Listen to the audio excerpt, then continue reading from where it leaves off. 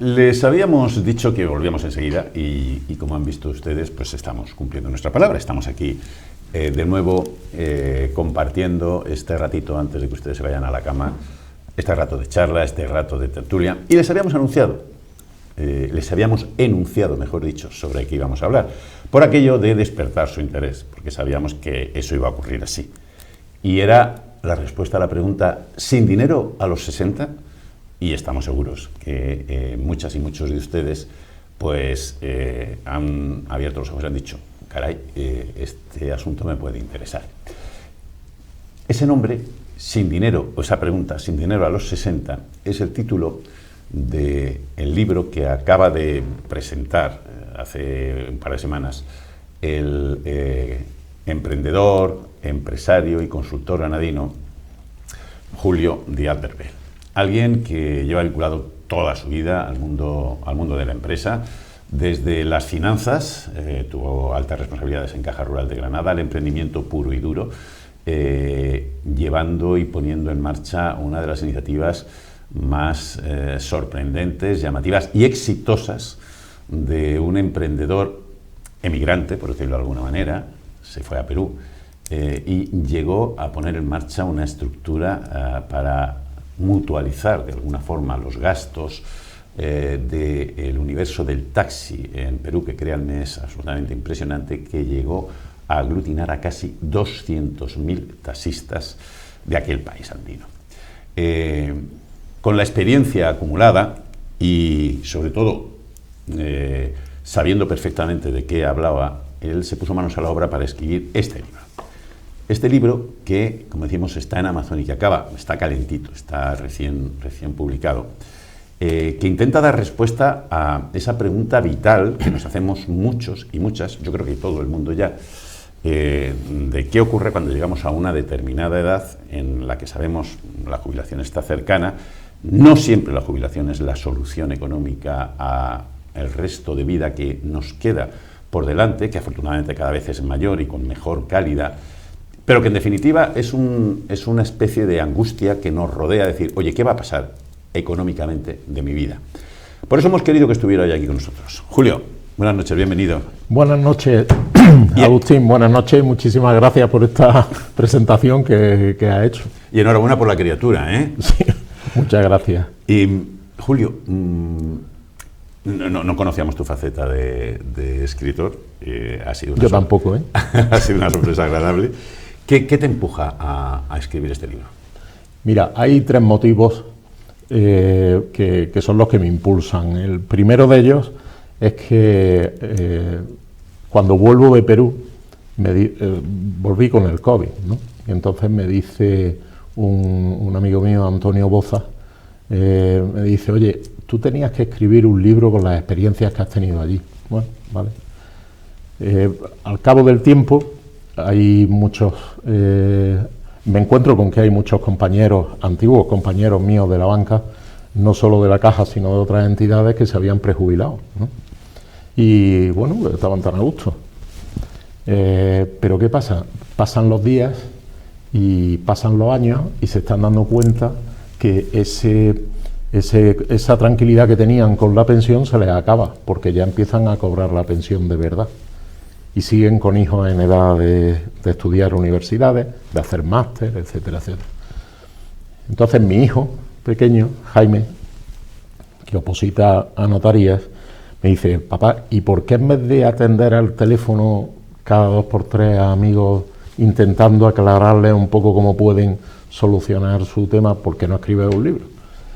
Y bueno, y eso fue realmente lo que me animó. Me vuelvo a encontrar con Antonio Boza y me dice, ¿vas a escribir el libro? No, digo, voy a escribir un libro, pero un libro de autoayuda, no contando mi experiencia simplemente para contar mi experiencia, sino cómo aplicando mi experiencia consigo tener unos ingresos, ¿no? Que creo que la gente es lo que necesita. Pues nada, lo lancé el 30 de junio y el 2 de julio era número 1 en ventas en Amazon Estados Unidos, en 2 categorías y en España también en otras 2 categorías. Y me sorprendió porque yo no he escrito nunca, el libro, si lo ves, tiene fallos de edición, de maquetación, de tal, porque lo he hecho yo todo, ¿no? pero me sorprendió mucho porque al final yo incorporo un QR para que la gente me haga consultas y llevo más de 200 consultas ya. O sea, a la gente le preocupa su situación y tenías que ver qué tipo de preguntas hacen, o sea, son de puro enfoque. Pero bueno, yo creo que quien lea el libro va a ver sobre todo una llamada a que recapacite, a que se reubique, a que ponga los pies en el suelo y a que vea dónde tiene que posicionarse para ver la cantidad ingente de oportunidades que tiene alrededor. Julio, el título es, yo diría, casi una provocación, ¿no? Un poco, ¿a quién le interpelas exactamente con el libro? ¿A quien ya ha llegado a los 60 sin ahorros? No. ¿O a quien aún está a tiempo?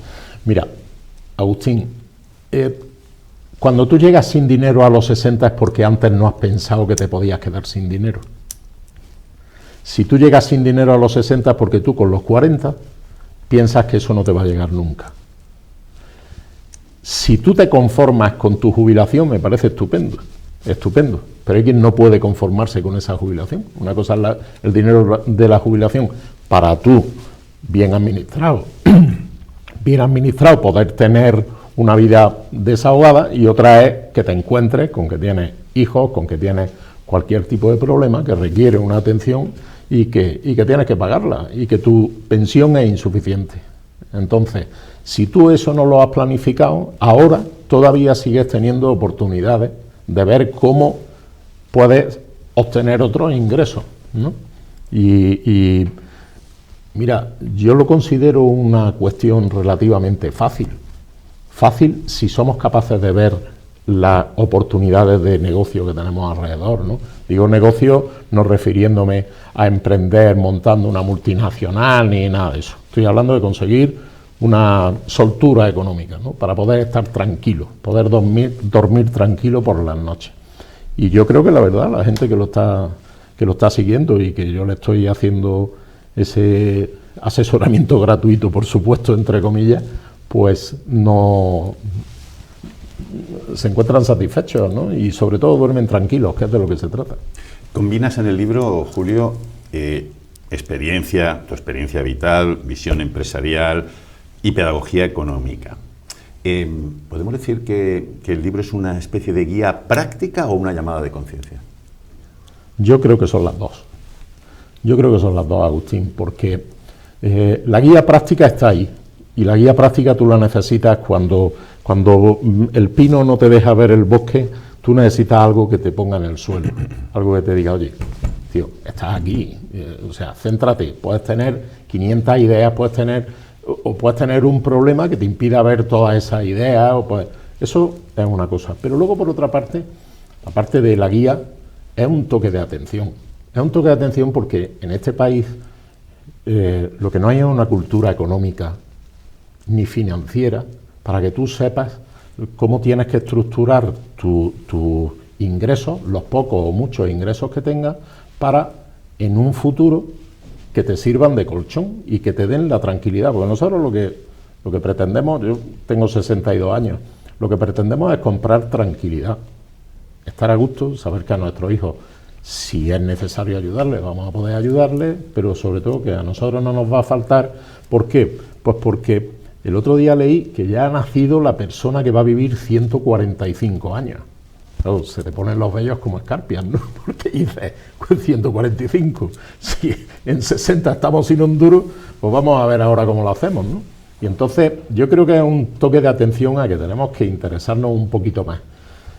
Se dan muchas cifras en televisión que no sabemos ni cómo interpretarlas y nos afectan sobremanera. Pero yo creo que hemos llegado a una especie de pasotismo que no valoramos. Te iba a preguntar eso, Julio. Tú en el libro criticas, lo acabas de decir de alguna manera, un poco la falta de interés y la falta de educación financiera de nuestra sociedad. ¿Por qué crees que seguimos sin aprender en el colegio, en la escuela, a gestionar el dinero? Bueno, pues porque yo actualmente, yo creo que se le da importancia a cosas que podrían pasar a un terreno un poco secundario, y si no secundario, se podía complementar esa educación financiera desde el principio. O sea, en Estados Unidos la gente, los chavales, saben que si quieren pagarse un estudio, no voy a entrar en valorar si aquello es bueno o es malo, no, pero saben que si quieren pagarse una universidad tienen que aprender a trabajar desde muy jóvenes, y tienen todas las ayudas para hacerlo.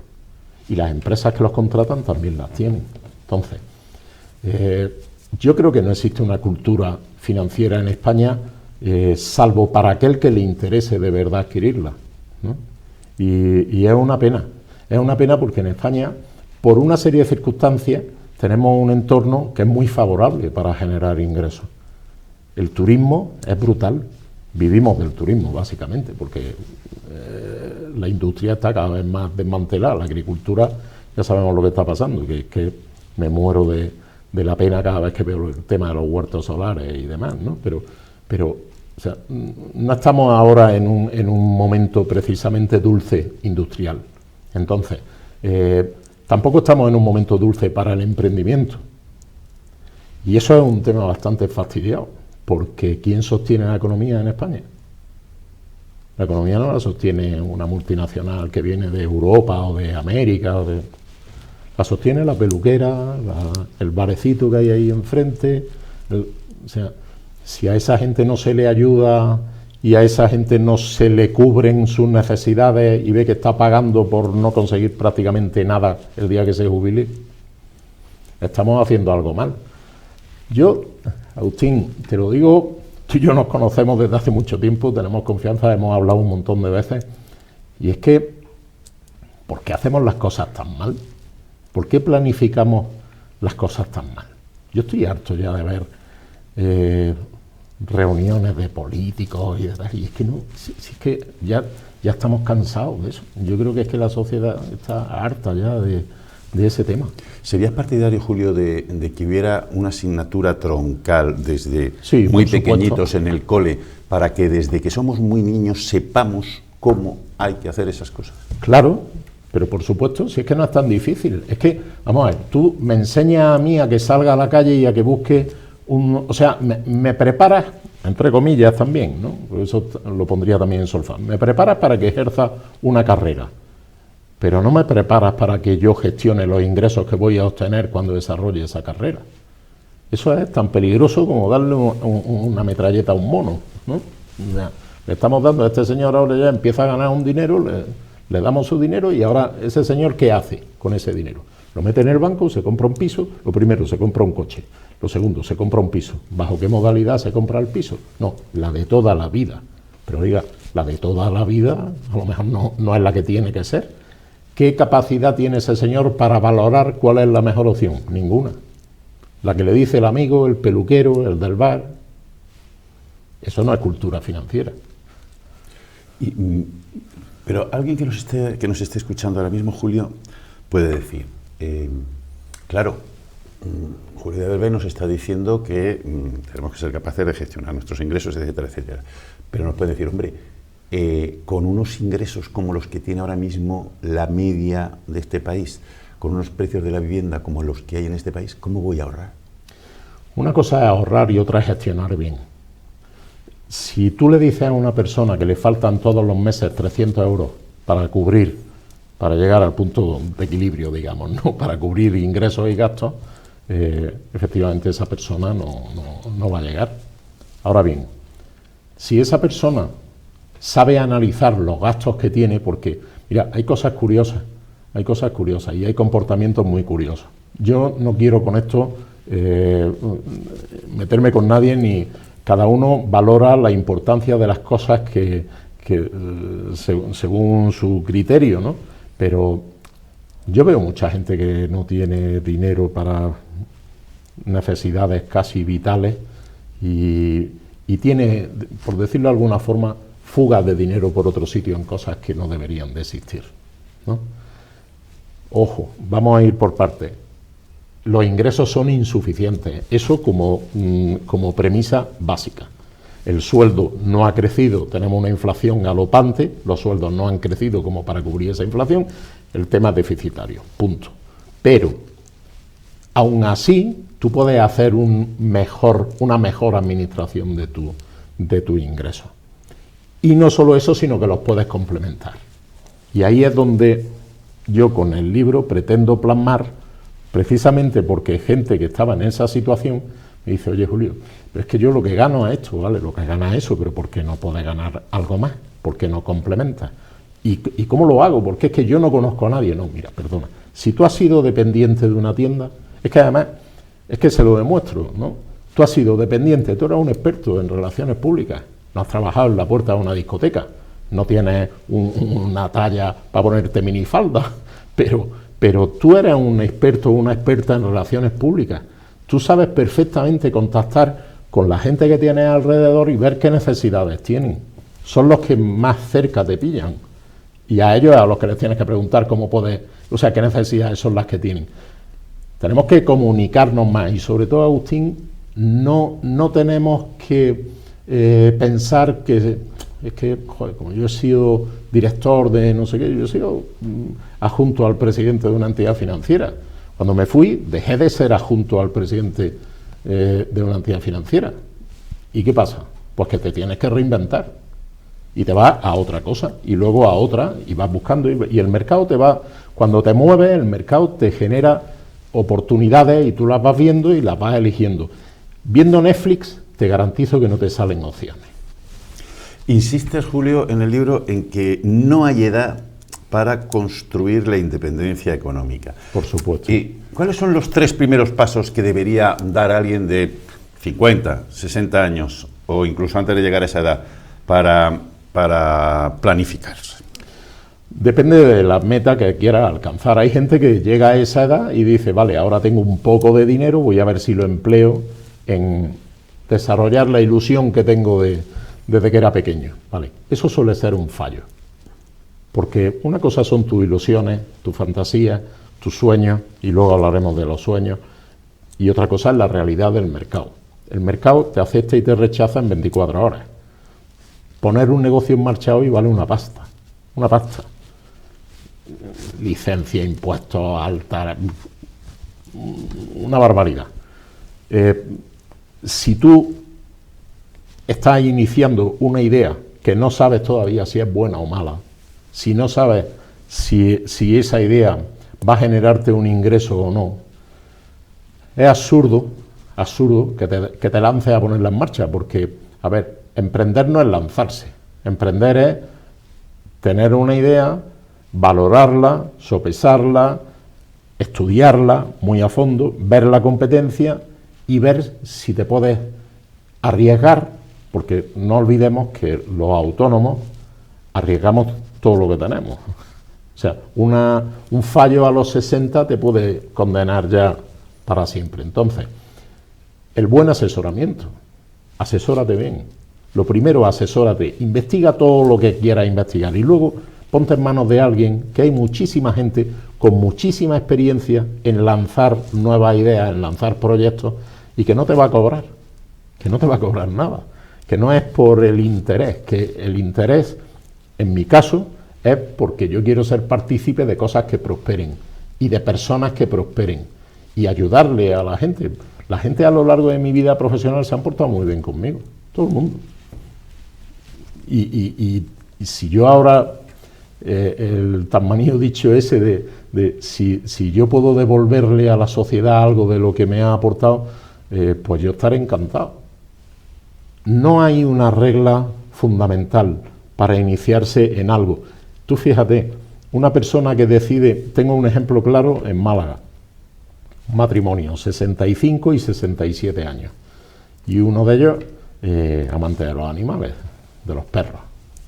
No, es que nosotros pues de vez en cuando le hacemos el favor a alguien, oye, ¿por qué no monta que no es que monte una mega empresa, pero ¿por qué no le ayuda a la gente que necesite que le pase el perro y tal, ¿no? Hoy están en 4 provincias o en 6 provincias, ¿eh? O sea, ojo, que las cosas... ¿Y hasta qué punto, Julio, hasta qué punto crees que la confianza excesiva en el sistema público de pensiones nos ha hecho más vulnerable económicamente?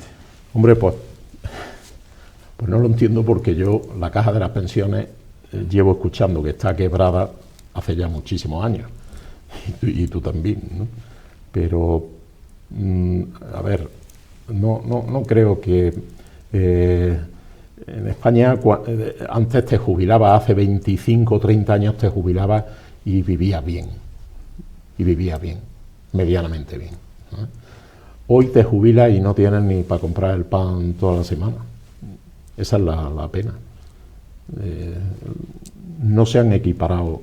El poder adquisitivo no ha ido mejorando. Y al no ir mejorando y tener nosotros la costumbre, porque hay también un hecho curioso, y es que la sociedad española en general ha pasado del yo lo hago, yo necesito una mesa, voy a ver si me la hago con el tablero que tengo de mi madre, y todos sabíamos hacer un poco de todo. Hoy no hay profesionales suficientes para atender a la gente. Hemos pasado el yo me lo hago a yo pago para que me lo hagan. El problema es que ahora no tienes a quién pagarle. Es que tú has buscado un fontanero y... No, yo llevo esperando un carpintero 8 meses, o sea... Bueno, ese es el tema. Entonces, es que no tenemos quien lo haga. Entonces, ¿necesitamos oficios? Por supuesto, es que están desapareciendo. Y aparte es que cada vez necesitamos... Tú antes, yo recuerdo a mi abuela diciendo que estaba arreglando los plomos en la casa, era ponerle un trozo de cobre porque habían saltado los fusibles y claro, la forma de arreglarlo, en vez de ver qué era lo que los había disparado, era ponerle un trozo de cable, ¿no? Pues eso lo hacía mi abuela. Yo, ahora para cualquier cosa, como 3 veces seguidas el botón no se suba, está llamando al electricista. El seguro te cubre tal, o sea, no... En un momento determinado de la trayectoria vital de Julio Díaz de Herbel, Julio se plantea iniciar una nueva etapa en su trayectoria, se va a Perú, a 11.000 kilómetros de distancia, y pone en marcha una organización de la nada, inexistente, de casi 200.000 afiliados, 200.000 taxistas, con una idea tan elemental, pero tan potente, de decir, vamos a mutualizar muchos de los gastos que tienen estos señores, combustible, neumáticos, mecánicos, etcétera, etcétera, etcétera. ¿Qué se puede extraer de aquella experiencia, Julio? Todo porque lo primero es que yo me fui por la crisis. Yo tenía que reinventarme y necesitaba resetearme de la experiencia que había tenido.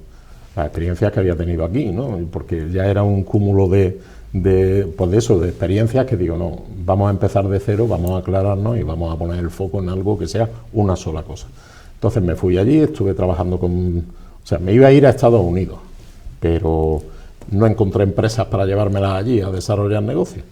Y entonces estas mismas empresas que eran candidatas me dijeron de ir a Perú. Estuve trabajando 2 años para ellas en la selva, en Amazonas, y a los 2 años me volví a Lima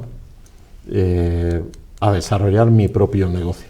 ¿Por qué? Porque yo vengo de la automoción y de la banca, y cuando yo llegué a Lima y vi la cantidad ingente de taxis que hay, que tú también la conoces... Es una locura.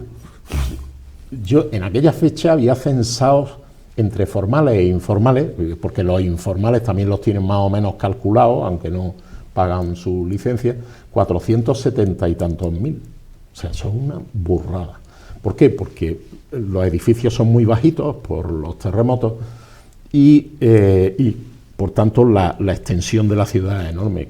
Creo que es 3 veces Madrid, ¿no? O más. Y entonces, claro, yo vengo a dar viajes para un lado y para otro, digo, oye, ¿y aquí el que venda el aceite para los taxis? ¿Y a quién le compráis el aceite? No, a nadie. Cada uno nos buscamos la vida. ¿Y los neumáticos? No.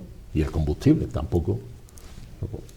Digo, entonces aquí hay una oportunidad de negocio. Vosotros me ayudáis y si yo lo monto, sí, bueno, vamos a ver, porque ya sabes, los espejitos, que si te vas a llevar, que... Digo, bueno, vamos a montarlo y vamos a empezar. Era un sistema de ahorro por el que el taxista... Yo recaudaba dinero para el taxista de todos los gastos que él hacía y luego le daba dinero en efectivo, o sea, en efectivo, quiero decir, en transferencia. Ahora tenemos que ser cuidadosos, tenemos que ser cuidadosos. Le hacías la transferencia a su cuenta todos los meses o como él tenía su saldo en la aplicación, él decía, pues yo quiero que me transfiera, con lo cual hacíamos un cheque, Pero, ¿qué es lo que pasa? Cuando vieron que yo no me llevaba el dinero, empezaron a ahorrar. Y gente que toda la vida había estado, pero toda la vida te hablo de 30 años conduciendo con un vehículo de alquiler, pues ahora podían comprarse su coche. A final de año tenían un dinero suficiente como para alquilar un coche, o sea, para comprar un coche. Pues ya entramos nosotros en la ayuda a la venta de vehículos, universidades, alimentación. Claro, ya se dieron cuenta que era un tema beneficioso para ellos y nos ayudaron bastante. Ya el boca a boca, efectivamente, cuando llegó el COVID teníamos 186.700 y pico taxistas. Julio, en el libro se transmite un mensaje, yo creo que clave, y es que nunca es tarde para empezar de nuevo. ¿Qué les diría a quienes sienten que ya no tienen energía o tiempo para cambiar? Que no tengan energía es una cosa, pero la ilusión no se puede perder nunca. O sea, a mí me puede costar más trabajo levantarme a las 6 de la mañana. Yo en Lima tenía un horario que era de 4 a 8, de 4 de la madrugada a 8 de la tarde. Yo eso ahora no lo podría soportar, ¿no? Con la edad que tengo, pero de ahí yo del libro extraigo otra idea también fundamental, y es que cuando tú tienes un sueño, a ti no hay quien te pare. No hay quien te pare. Tú tienes que soñar, tienes que verte proyectado allí, en ese sueño. Y ahora dices, yo me voy a Perú. Gracias a Dios tengo una esposa y unos hijos que lo entendieron perfectamente. Y yo me fui y no conocía a nadie. Yo no fui, es que conozco a fulanito, a menganito, no, a nadie. Y nada, y me metí en la selva conocí a alguna gente, porque llamaba la atención por ser español, y entonces se me pegaba alguna gente, y yo hice contactos para irme a Lima después. Y en Lima pues empecé a conocer a uno a otro. O sea, a mí que no me diga nadie, que es el mensaje fundamental que yo quiero transmitir, que no me diga nadie, ni que es tarde con 60, ni que no conocen a nadie. Porque yo lo repito 5 o 6 veces en el libro.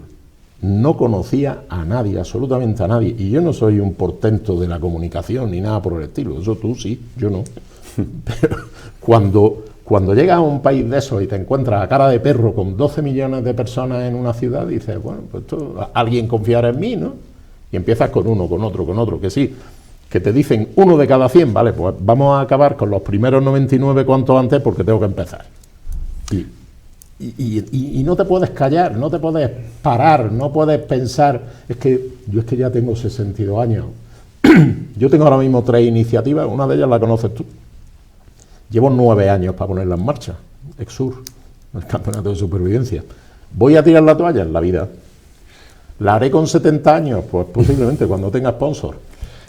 Hemos hablado de la falta de educación financiera, se habla en el libro, de lo que supone la pensión como un elemento que nos puede hacer confiar y que no desarrollemos todas nuestras capacidades. Pero también hay otro elemento que yo creo que es muy importante y que es consustancial a este país. Yo creo que quizá por eso este país no ha sacado toda la potencialidad que podía haber sacado, que es el miedo al fracaso. Bueno, al que dirán, ¿no? Porque yo recuerdo cuando me fui que había determinadas personas que preguntaban, ¿y cuándo te vas a venir de allí, hombre? ¿Qué haces allí tan lejos? No, mira, yo estoy desarrollando un proyecto, ¿no?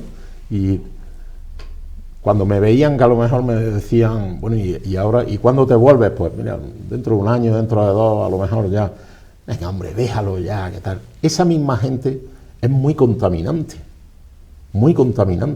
porque se meten en tu vida, que no saben de ti nada, se meten en tu vida y son capaces de aconsejarte lo que tienes que hacer. Pero lo que más le duele a uno es que lo critiquen por el fracaso que haya tenido. Si tú no sabes si yo he triunfado, o sea, casi nadie en Granada sabe que yo con un buen equipo de gente fui capaz de montar la agrupación más grande de taxistas de Latinoamérica. Casi nadie en Granada lo sabe. Bueno, pues oye, si hubiese fracasado, se hubiese enterado todo el mundo. Mira, este que se fue allí, sabe a un guantazo. ¿Por qué? Pues porque somos así. O sea, tiene mucho más morbo decir que tú has fracasado a decir que tú has triunfado. Pero ¿por qué crees, Julio, que tenemos en este país ese pensamiento interiorizado del miedo al fracaso que casi nos atenaza? Pues porque si tú no estrenas un coche todos los años, es que no te va bien. Si tú no estás en la playa tal todos los años, es que no estás en donde tienes que estar.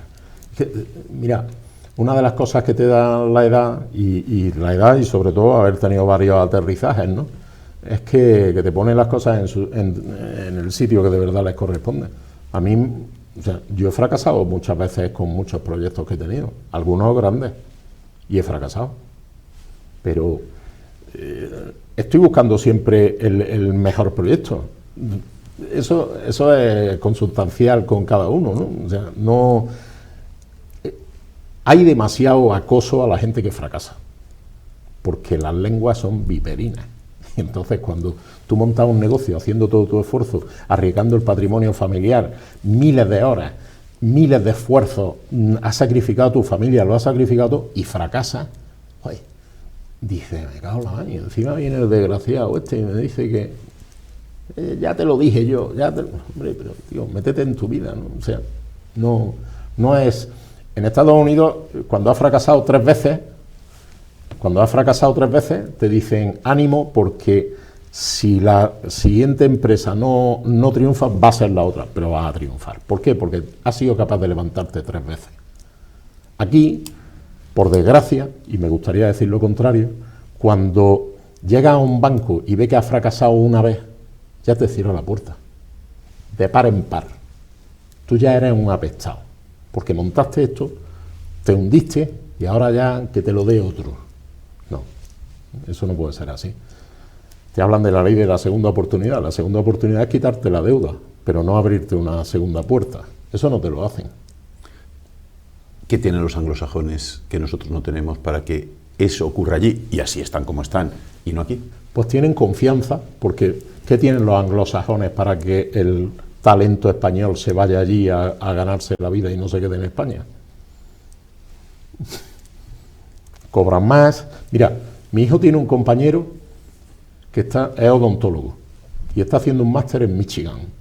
Lo digo con todo el orgullo porque es un chaval que podía estar en la edad que tiene, que son 22, 23 años, podía estar, pues eso, donde están todos los chavales de esa edad en Granada.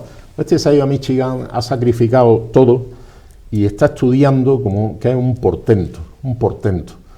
Bueno, va a ser uno de las personas más influyentes, y tiene 20 y tantos años. Dentro de 10 años lo vamos a tener como una de las personas más reconocidas en el mundo de la investigación, porque él quiere ser investigador. ¿Sabes lo que hizo Estados Unidos cuando llegó allí y presentó la documentación de que quería ser investigador allí? Le pusieron $10 millones encima de la mesa a su universidad para que le pagase el desarrollo de su investigación. $10 millones.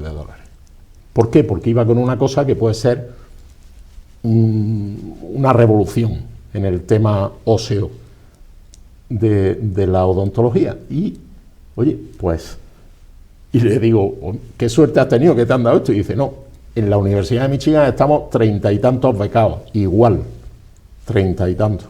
Entonces, ¿qué es lo que hace que ellos sean así? Pues, chicos. Julio, tú has estado en los dos lados de la mesa. Sí. Has estado en el lado de la entidad financiera, sin cuyo apoyo es imposible poder sacar adelante proyectos, y has estado en el otro. ¿Cómo cambia el chip?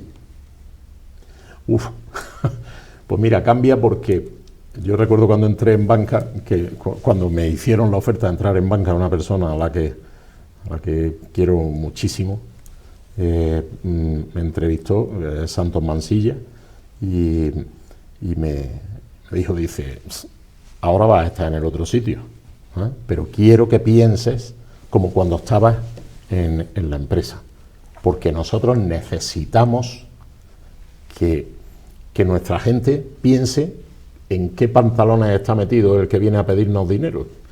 Que no, antes había un porcentaje muy elevado de créditos y de operaciones hechas con el mundo rural, y nosotros queremos introducirnos en el mundo de la empresa. Claro, y lo hacían con esa... O sea, yo quiero saber qué necesita un empresario y quiero saberlo de verdad y quiero... Pues entonces meto a un empresario director. Entonces, eso no ocurre siempre. Eso no ocurre siempre. Es muy difícil conseguir financiación hoy. Yo asesoro a empresas que quieren, que necesitan obtener financiación. No saben qué hacer, no saben cómo hacerlo. Está establecido, si trabajas con el banco Pepe, ya no, yo ya no te doy.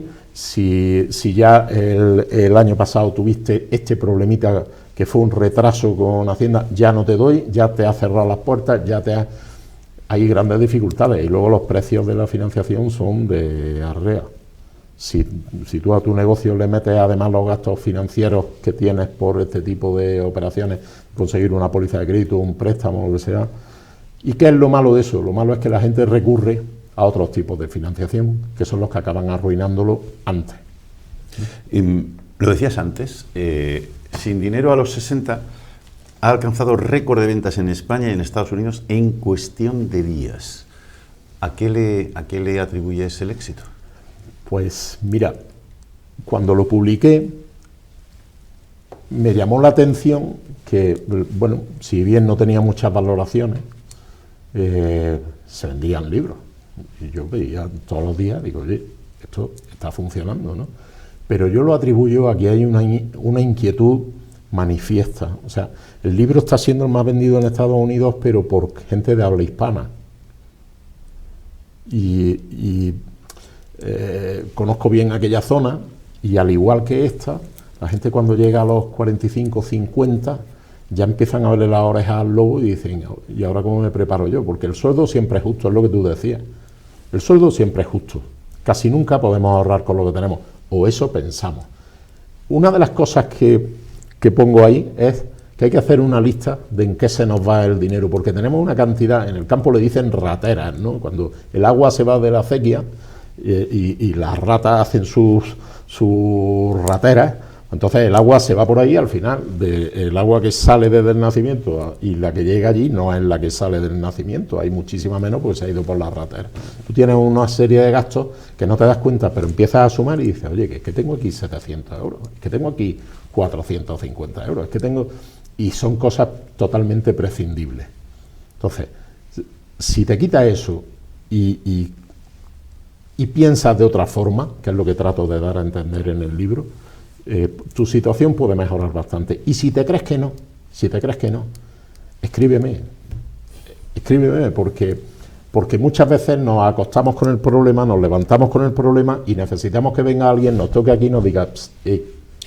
Bueno, en el libro hay un QR con el que sí, de alguna manera se pueden poner en contacto, el lector se puede poner en contacto. Y hay otro del otro proyecto para el que estoy buscando financiación. ¿Cuál es el proyecto? Exur. Exur es el Campeonato del Mundo de Supervivencia Extrema.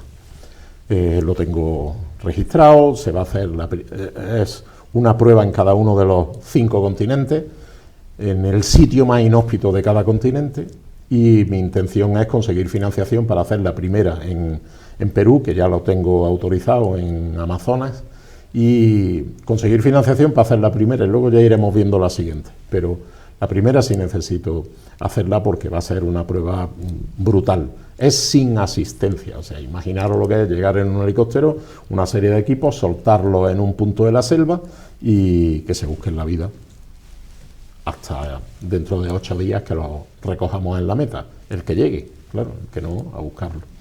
Pero mientras tanto, estamos haciendo de asesores para empresas y para gente que, también te digo, Agustín, que asesoro a personas que no saben gestionar bien sus ahorros. Porque es bueno que la persona que ha conseguido dinero sepa administrarlo y los que no lo tienen sepan conseguirlo. Pero también los que lo tienen, les brindo ese ofrecimiento para que hagan la consulta que necesiten y conseguir una mayor rentabilidad, que seguro que la conseguimos. Y Julio, si pudieras condensar en una sola frase, en una sola reflexión, el mensaje esencial del libro, la idea que quisieras que el lector no olvide nunca, ¿cuál sería? Todos tenemos la capacidad, absolutamente todos tenemos la capacidad de relacionarnos con las personas que necesitamos para conseguir obtener ingresos extra en base a la experiencia que tenemos y en base a la capacidad que tenemos de contactar con la gente que nos rodea. No quiero que nadie se quede pensando que es que mi situación es que es distinta, porque es que yo no puedo. Es que no, tu situación es la que es y tiene solución. Ya tiene que ser muy grave para no tenerla, pero tiene solución. Pero necesitas a lo mejor que alguien te dé un toquecito en el hombro y te aclare un poco la idea. Y yo es lo que quiero. La gente que lo está leyendo me está diciendo que se sienten satisfechos porque algunos me han dicho incluso, ya lo he leído 2 veces y lo voy a leer una tercera porque estoy sacando cuestiones en claro y me están ayudando mucho. Pues eso es lo que pretendo. ¿Se compra en Amazon? Sí, en el Kindle a 0,99. Kindle. ¿Físicamente? Físicamente en Picasso, en librería Picasso y en Amazon también, ¿no? ¿Cuál va a ser el siguiente? El siguiente me tiene muerto.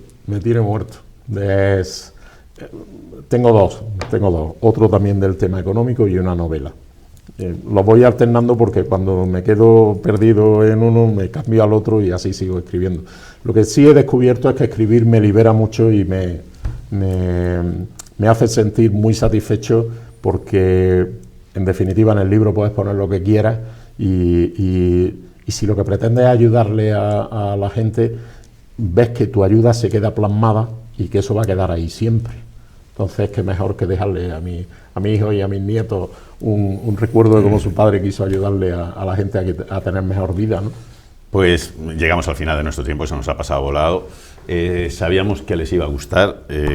Sin dinero a los 60, se pregunta Julio Díaz del Bel, y da respuestas. Ya lo saben, lo pueden encontrar online, lo pueden encontrar físicamente. Julio, ha sido un placer que hayas estado con nosotros. Yo te agradezco enormemente que me hayas dado la oportunidad de dirigirme a tus televidentes y presentar este libro que, como digo, espero que sea de ayuda al menos para unos cuantos, y con eso ya me sentiré satisfecho. Pues muchísimas gracias. Muchas gracias por haber venido y te esperamos con el siguiente económico, con la novela, ya nos vas diciendo. Gracias por venir, Julio. Muchas gracias. Buenas noches. Seguro que esta noche van a dormir, hombre, con un poquito más de tranquilidad, diciendo, oye, pues tiene solución. Lo que yo creo que no tiene solución en mi economía, sí puede tener solución. Échenle un vistazo y nos cuentan. Ya si les dejamos que se vayan a la cama, gracias y hasta mañana.